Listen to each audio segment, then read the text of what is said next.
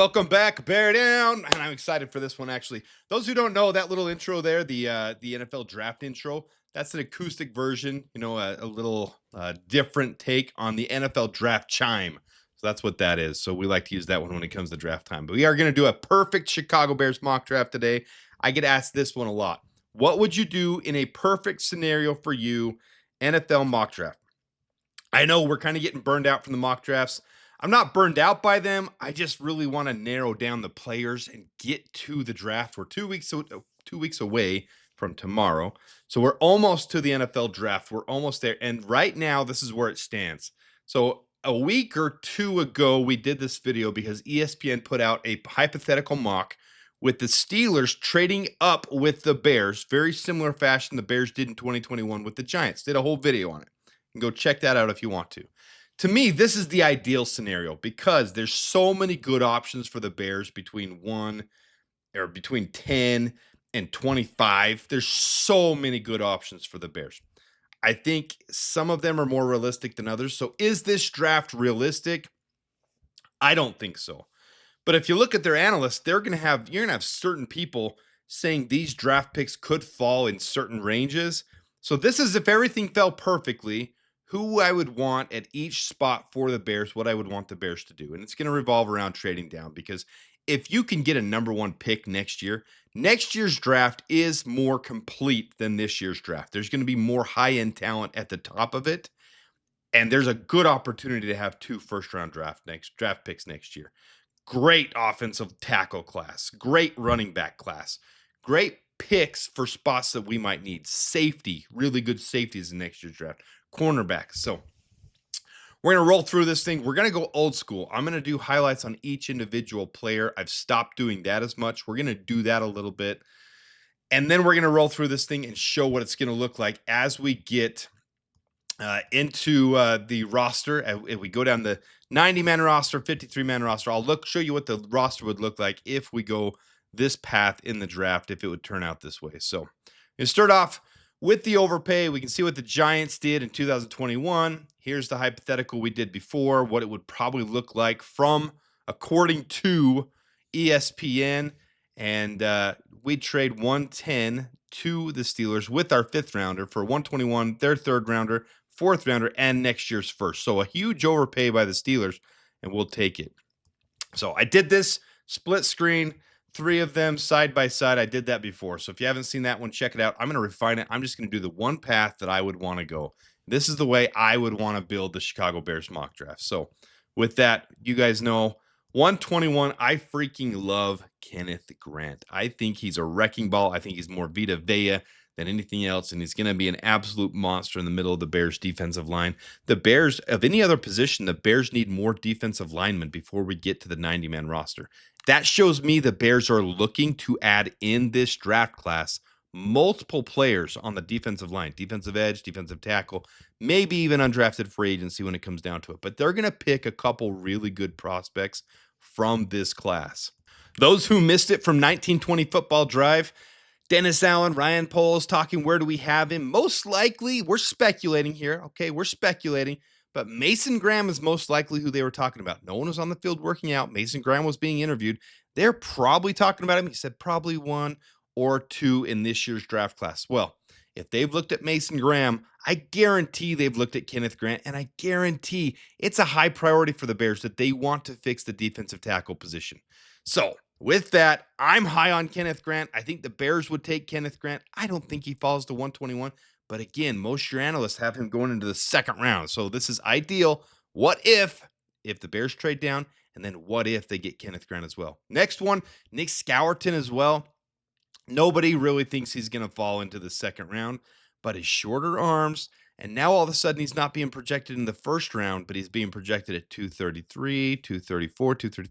Well, all it takes is a couple teams passing up on him, and the Bears get him at 239. So at edge, there's a lot of edge prospects I like. There are Landon Jackson, Princely Umanmielen, Jack Sawyer, JT Tuimoloau. There's a lot of them right in this range. I really like taking edge in the 2nd round with our 1st pick in the 2nd round. Nick Scourton, if he fell there, snag him in a heartbeat. He's got the size. He's got the potential that Dennis Allen is looking to work with. I would take him right there at 239. 241. I took this, you see top left there? I took this from the very first mock draft I did this offseason. I took Cam Skattebo at 398. And you look at how I have the other ones laid out. This is all because I take some stuff from NFL Draft Buzz. They didn't even have him in NFL Draft Buzz's database at this point. They did not have a profile on him because he had such a monstrous year at Arizona State. Take every stat you know about Ashton Genty. Take away all the non-Power 4 schools. The leader of all of those stats is Cam Skattebo. More broken tackles than anybody else in Power 4 conferences. I've shared on social media on different places his comps, I mean, to a T. His speed, his size, his play style, his ability. It's David Montgomery and Josh Jacobs. If you can add Knuckles to the Sonic that is, well, that could be DeAndre Swift, if you can add Cam Skattebo to that Knuckles with his contact ability, his contact balance, and his ability to just get those 5-6 yards. I don't know if you saw Tampa Bay Trey at the combine talking to some of the guys from CHGO. He was pounding that same agenda for Cam Skattebo. Guys, if you go watch the tape on Skattebo, not just listen to where people have him mock draft, mock draft him in the second or third or wherever. They underrate some of these players, and it takes time for places to catch up with him. Cam Skattebo will go early second round. I am all in on the Bears taking Cam Skattebo. Skit, scat, scoodle, flip, flop, flee. If you know what that's from, let me know in the comments. That is actually from a kid's book. Skit, scat, scoodle, flip, flop, flee. Anyways, I digress. Cam Skattebo would be fun, not only to say his name, to watch at every Bears game. Skattebo! Man, I would be pumped to see Cam Skattebo wearing burnt orange and navy blue. I would be psyched out about it. All right, 372, someone who's got a lot less recognition, someone that I had early in this offseason going late first round, early second round, Wyatt Milam, offensive tackle, West Virginia. He is not going to play tackle at the next level. His arms came in at a meager 32 1/8 inch. His wingspan is less than 80 inches, but his play is huge. In college, in a Power 4 conference, he played big. He only allowed 8 pressures this year. He only allowed 8 pressures last year, and none of them were the major variety. No sacks, no hits on his quarterback, only hurries allowed. In fact, 3 years ago, he only allowed 15 and only 1 hit. He has not allowed a sack in 3 seasons at the college level. His freshman season allowed 2. Since then, in over 2,200 snaps, he has not allowed a sack. That's insane. He'll probably be a guard. He could be a center of the future. This gives you versatility, in my opinion. You bring him on if you can get him at 372. To me, he is a second round grade, and it's an early second round grade. The way he plays when you watch his film, he plays big, he plays mean, he plays nasty. He reminds me a lot of Tevin Jenkins, minus the injuries. I really like Wyatt Milam. I'd be so stoked if the Bears got him in the third round. All right, we traded down. We got an extra pick. At 383, we're taking Terrence Ferguson. We know the Bears have had some interest in him. They met with him at the combine. Really, really solid wide receiver, slot receiving, tight end. Really good contested catchability. He dropped 4 passes this last year. If you actually go watch his tape, 3 of those 4 were thrown behind him, and it's only because of his athletic ability that he was able to even get a finger on them. Was not fair on those ones. The 4th one, he totally dropped. He was going upfield, wide open, going upfield before he caught it. That'll happen to anybody at any point, at any time. That can happen. But if you watch Terrence Ferguson on tape, he's someone I'm very excited to see if could become a Chicago Bear, and the Bears seem to be interested in him as well. 4-1-23, we traded up with our 5-148 to 4-1-23 as part of the trade to trade from 10 to 21. Holland Pierce has climbed the boards for a lot of people. Holland Pierce is a monster of a human being, and he's only getting more and more versatile as he's lost the weight. He came into college at Rutgers at 440 pounds. He's lost 100 pounds by pure being disciplined, getting on a healthy regimen, getting on a completely disciplined workout schedule and routine. He took what coaches said to him to heart, and he has become an athletic freak, a monster at Rutgers. His run blocking, his pass blocking, off the charts. Is he a polished, refined tool yet? No. We know the Bears are going to take a tackle. We only have 3 on the team. You got to have at least 4. You got to have behind Karan Amagaji or behind Braxton Jones or behind Darnell Wright. We got to have somebody at least for that right side or a swing tackle. Holland Pierce can play both left and right tackle. If you look at his NFL draft buzz, look right below his name there. Holland Pierce, offensive tackle. Rutgers, right below it, sub position, left/right tackle. He would be able to do well at both of them.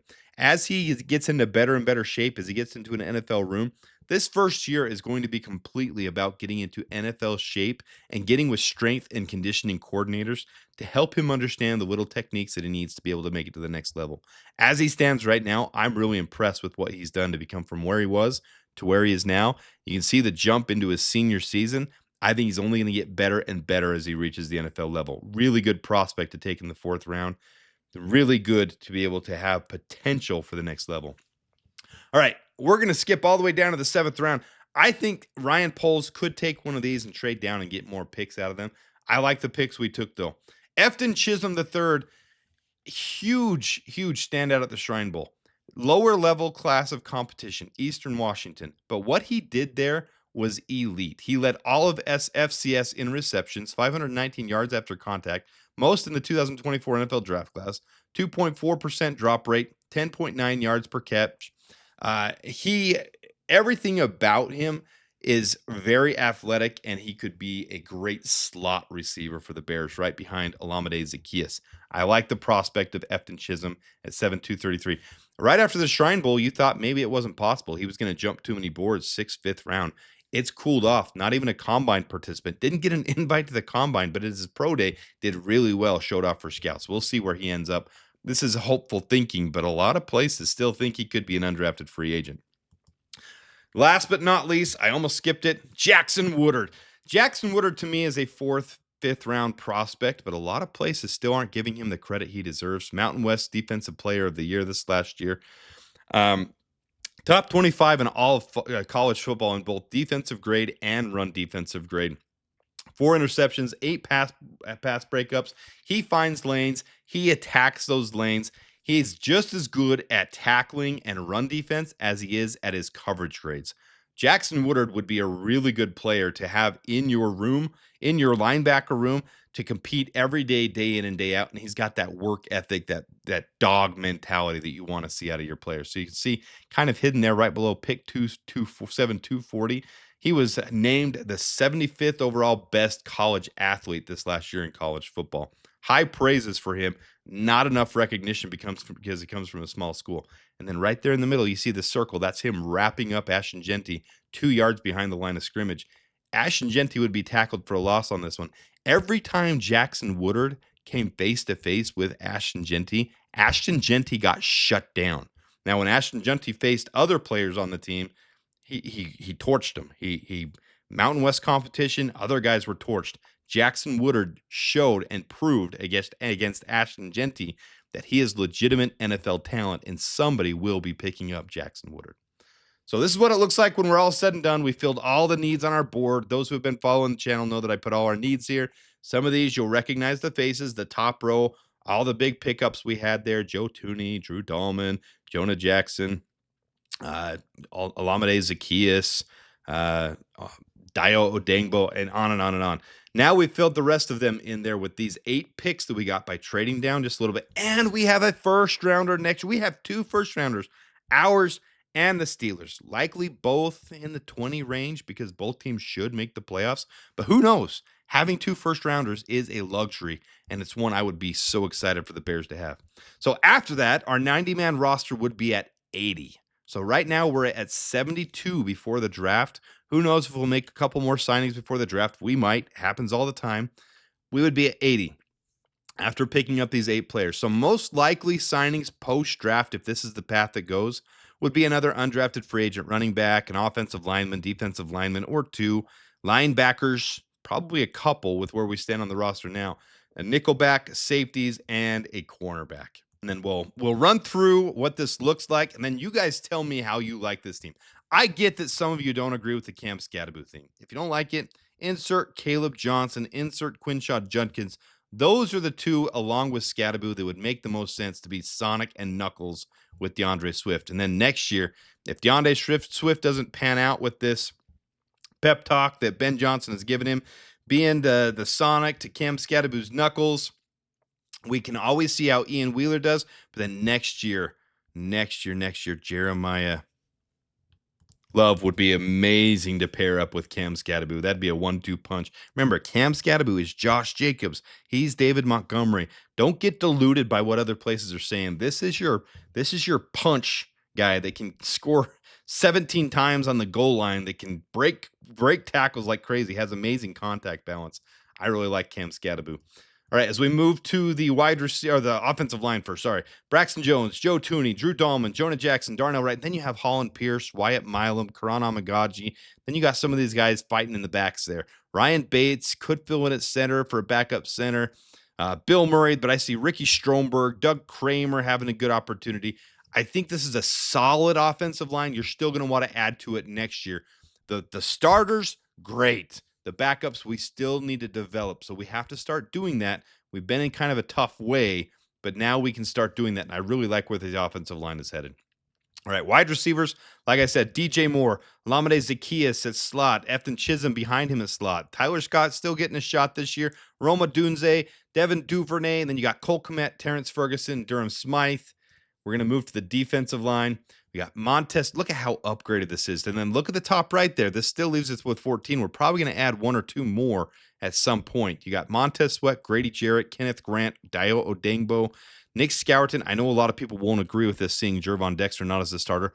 Insert him with Grady Jarrett, whatever you want to do there. Maybe Jervon starts. I don't know with Grady Jarrett. It's getting older. You'd rotate those two for sure. Andrew Billings backing up Kenneth Grant, helping him adjust to the league. Austin Booker, Daniel Hardy, Zach Pickens, probably on his last leg, might not even make the roster with these additions. Jonathan Ford, same thing, practice squad.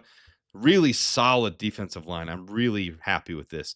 Linebackers, you can see we probably still need to add a couple linebackers and a nickel to be able to round this out for 90-man camp. But Tremaine Edmonds, Jackson Woodard, TJ Edwards, Noah Sewell, Swayze Bozeman, Amen Ogbongbemiga, Kyler Gordon, Josh Blackwell. I like it. This is probably where we need a little additional help in the future. I don't know if we have to take a safety this year. I want us to, but filling it out the way we did, I like more.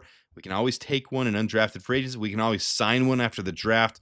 But Jalen Johnson, Terrell Smith, Tyreek Stevenson, Nick McLeod, at the safety position, Jaquan Brisker, Kevin Byard, Jonathan Owens, Elijah Hicks. All 4 of those guys on the last year of their contract. So something has to be done.